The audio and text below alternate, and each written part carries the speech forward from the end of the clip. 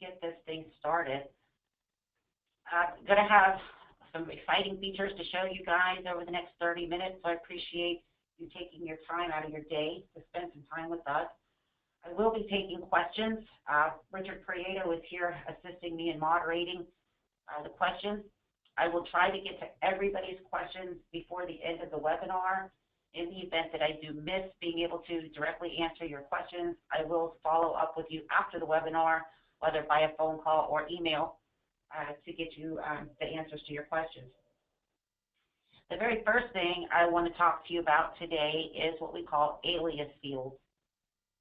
Alias fields allow us to display data on that is on one questionnaire and display it on another questionnaire in a like field. What does that mean? Well, if we go in and we open up my John Q. borrower case here, this is my foreclosure file, and if I go over to my FC info questionnaire, scroll down here I have a sale price and a buyer's name. If I type in information in either one of those fields, and I save that, that information has then been aliased over to my foreclosure questionnaire under my sales section. And this is a section panel, and you can see here where it's pulled in. In years past, in order to get two questionnaire fields like that to talk to each other on the same case, we would have to use some sort of an activity type or activity code and link it to both of those questionnaire fields. That's old technology. That's been removed, and now we simply have alias fields. And they're very simple to set up. If I go into Control-Alt-M and I want to add a new field,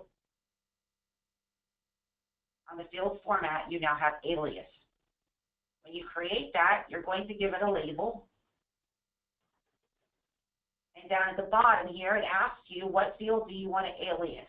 What questionnaire first? You can go through and pick from an existing questionnaire. And then you click Field to Alias, and this is going to give you a listing of all of the fields on the bankruptcy questionnaire, because that's the one I chose to create as my alias. So we'll say date of note.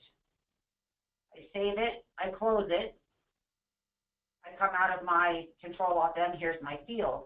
Now if I were to go over to a bankruptcy questionnaire, I don't have that set up, unfortunately I chose the wrong questionnaire there. So let's go in and take a quick peek on that. We'll change it to the foreclosure questionnaire. And we'll do complaint due date. Then we go in and we find the complaint due date.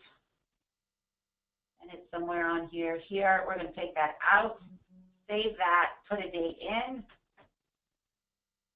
save it, and it immediately aliased it to my alias field. Very powerful tool here in being able to do these alias fields, because it allows me to put data in more than one spot and show it somewhere else.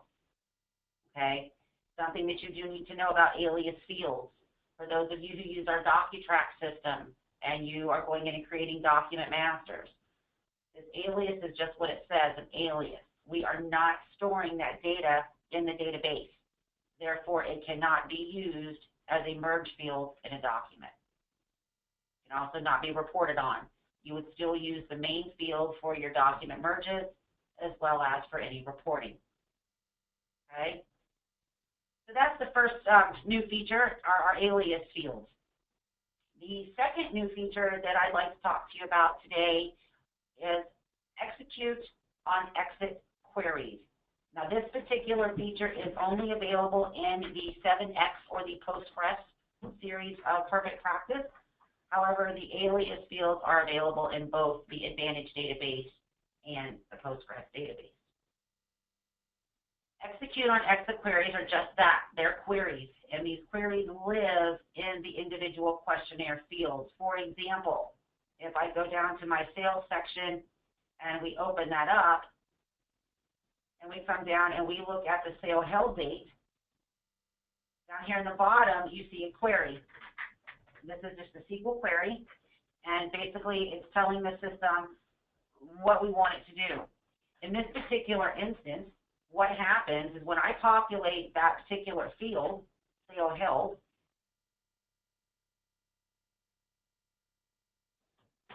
the instant I tab out of this field, that query is going to fire, and we get a pop-up screen. This pop-up screen is asking some additional information. Notice that it has passed in the sale date for us. Now it wants to know what the sale amount is, the buyer's name, and any comments I have on that sale.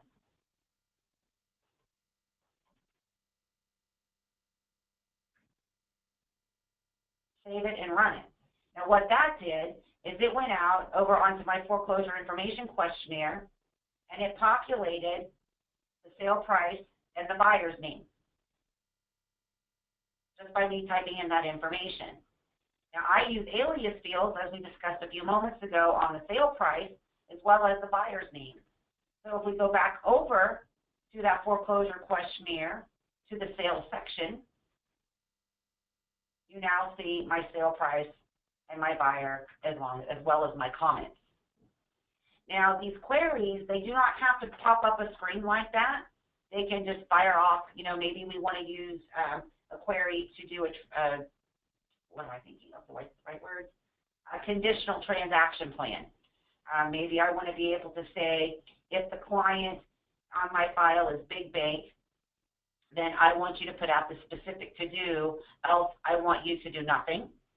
Or I could have it look at multiple fields on my questionnaire, or maybe specific parties that are related to my case and go out and get a specific piece of information there. Where I see this being beneficial to especially our foreclosure firms is on your service completion. Most people are keeping track of the service completion date in some sort of a timeline. Well, because we have to keep track of the service completion dates individually on the defendant party cards as well, I don't necessarily want to have to go look there. So using a query, I can have it go out and say all of my defendants have been served, and then I can have it return the most recent date of service to give me service completion here. That's just another way that you could do it. For our personal injury clients, an example of this would be maybe in an auto accident case or a slip and fall where lost wages are incurred. If I select yes to a lost wages question on my questionnaire, I could have a box pop up asking me for the date of the wage loss, the dollar amount of the wage loss, or any other pieces of information I may need. Again, very powerful and can be used in all areas of law. It really just depends on what type of functionality are you looking for. Some people will say, well, why would I use those? Well, one good example is the conditional transaction plan.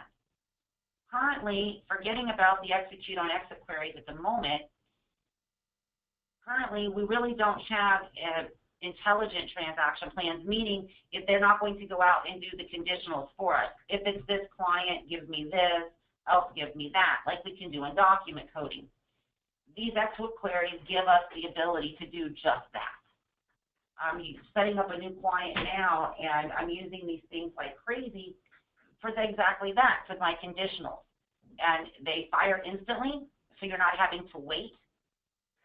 This will also eliminate those external processes that you may have for finishing off to-dos or canceling off to-dos that don't necessarily belong to that particular file due to the client, due to the type of loan it may be, who the servicer is, etc.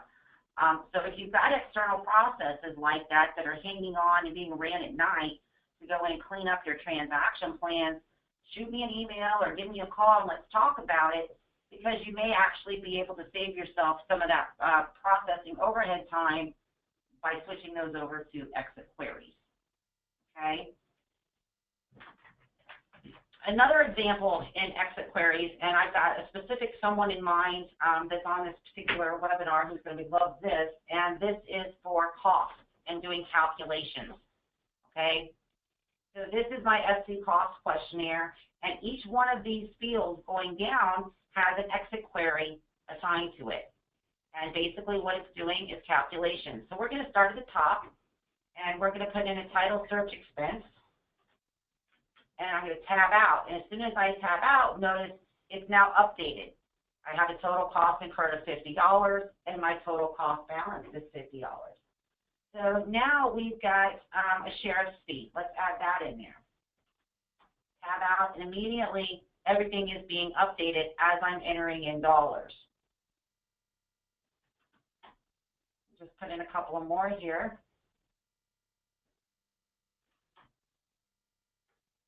And you can see it working in action just as I'm entering in the data and tabbing out of the field. Now, this particular field here, less cost received.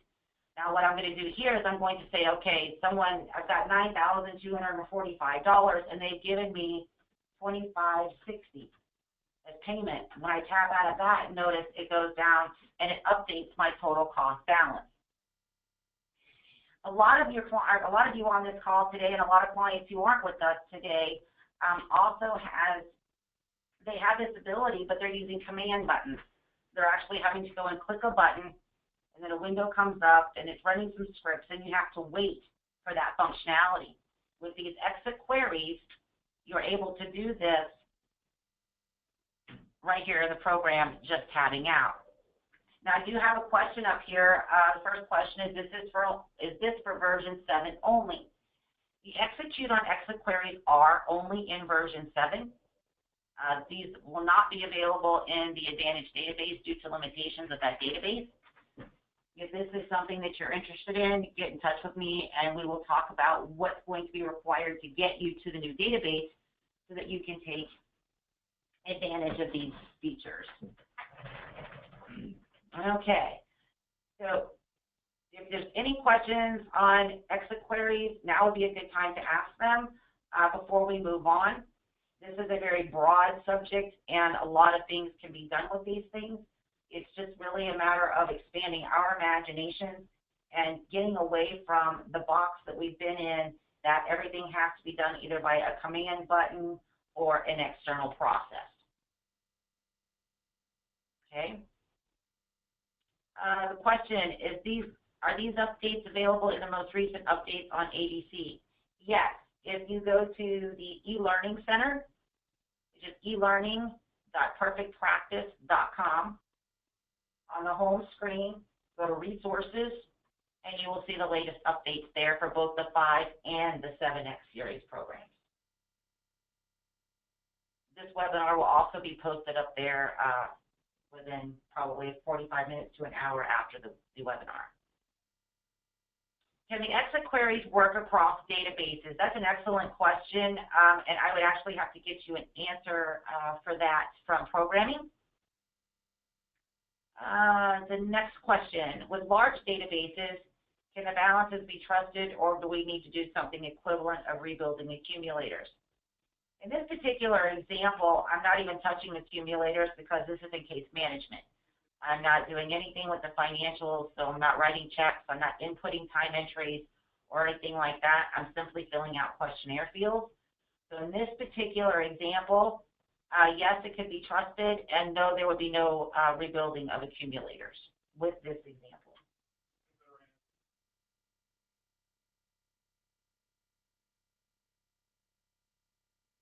Okay, we will go ahead and move on away from the exit queries.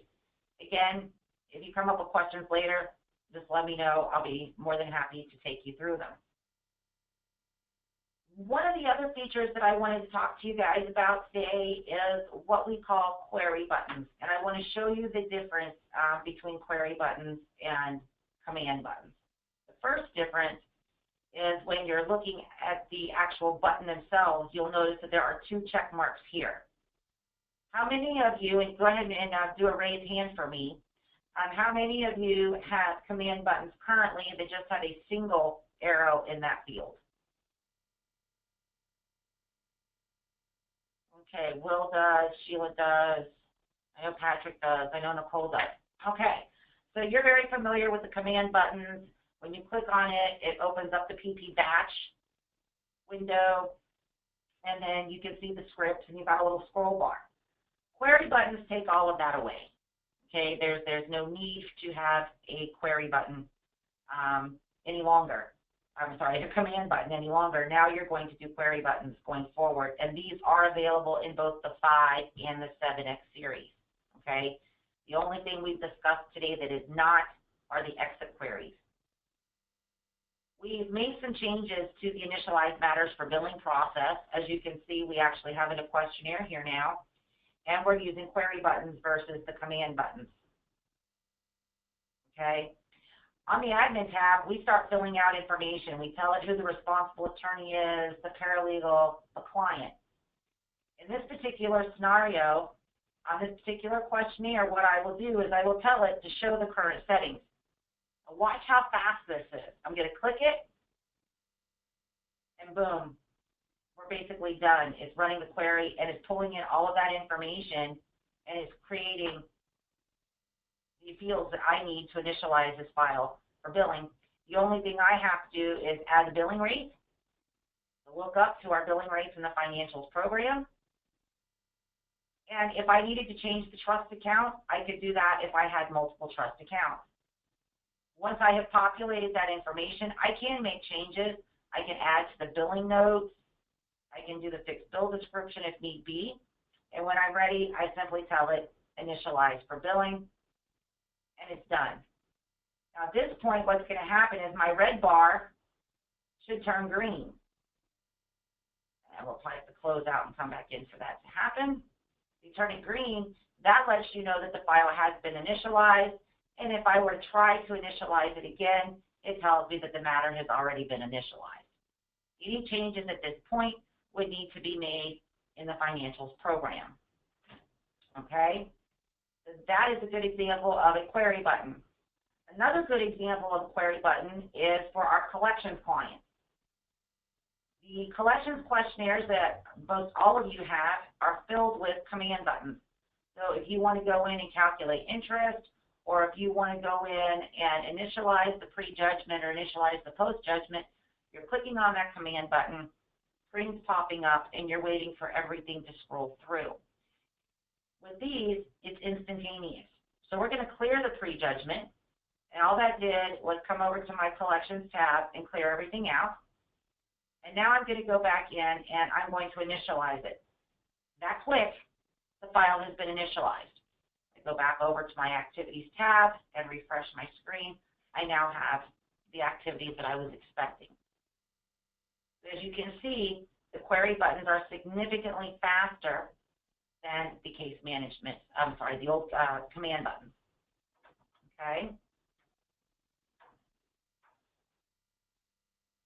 Now at this time, I'd like to open the floor up for any more questions if you have any more questions on anything that we've covered at this point.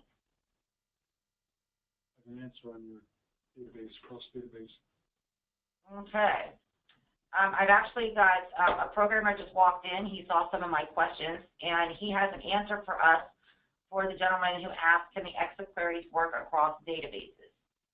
Okay, they can work across schemas. I'm being told that they can work across schemas. But not from one database to another database. But not from one database to another database. You could do that with a command button. We could do that with a command button. Right. Or a query button? No, not a query just a command button. Because we have to call each database independently. The reasoning for that is we have to call each database independently. Therefore, we would have to use the command button so that we can call additional programs. For example, ADC Query Param or PP Batch or one of the other multitude of utility programs we have out there. Okay, thank you very much. All right, so I hope that answered your question, Jason. Now, a couple of other questions. If you delete a cost, does it subtract from the total? That is a good question. And let's go back over. And this question is on the query buttons on the SC cost. So I'm going to take out the $75. And yes, ma'am, it does adjust the total cost balance. The next question we have, does this field get filled in when you cut a check for title search, for example? No, it doesn't. It's kind of independent. However, you could reverse engineer that. You could go ahead and cut the check. And then, well, I'm not exactly sure how that would work, to be honest with you, Robin. That's something I would need to speak with programming about as well. Next, can we use these to add group codes? I'm assuming you're talking about code groups, and the answer to that would be yes.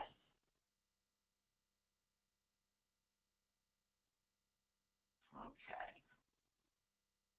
Do you have any other questions on anything we've talked about thus far?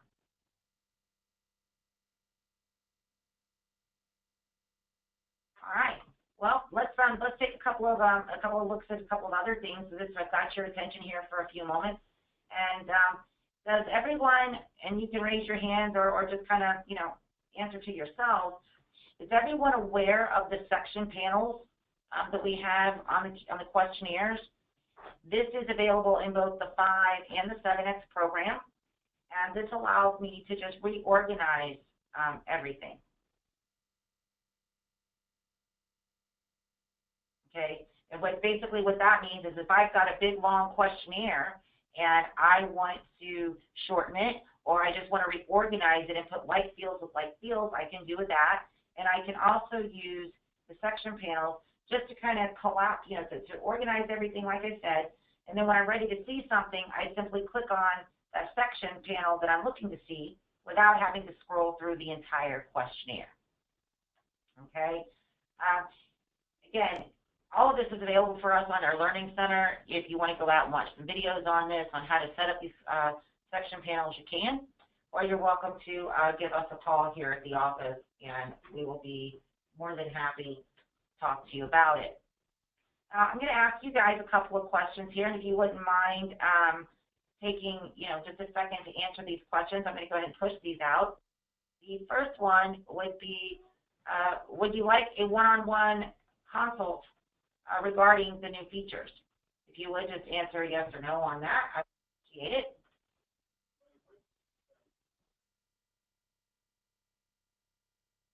Give it a couple of more seconds here. All right, thank you for your answers. And the last question, and then I am going to let you guys go home, or wish I could let you go home, I guess I should say back to work. Did you find this webinar beneficial?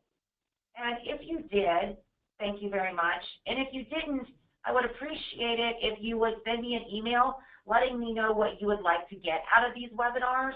I do plan on doing one a month for our clients.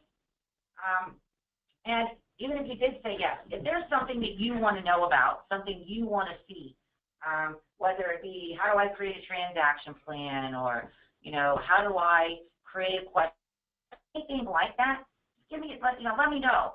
I want to make these beneficial to you guys so it's not a waste of your time, and so that you leave here knowing and feeling like you've learned something.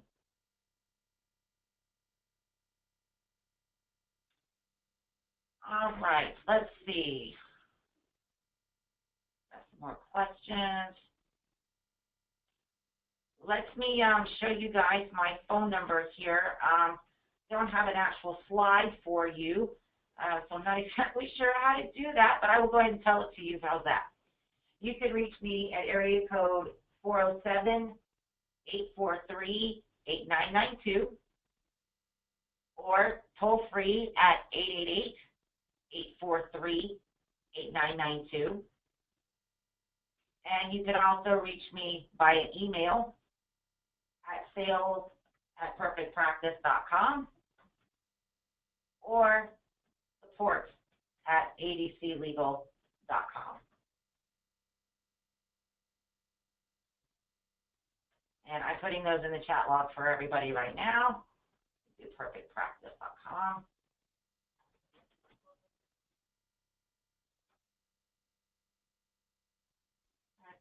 Can't type today, guys. Apologize. There we go. All right. Well, I am going to leave you good people, let you get back to work. I appreciate your time and your patience with me as I'm learning and growing through these webinars and everything. Again, I'm open up to suggestions, and I really look forward to seeing what they are. Everyone have a great afternoon.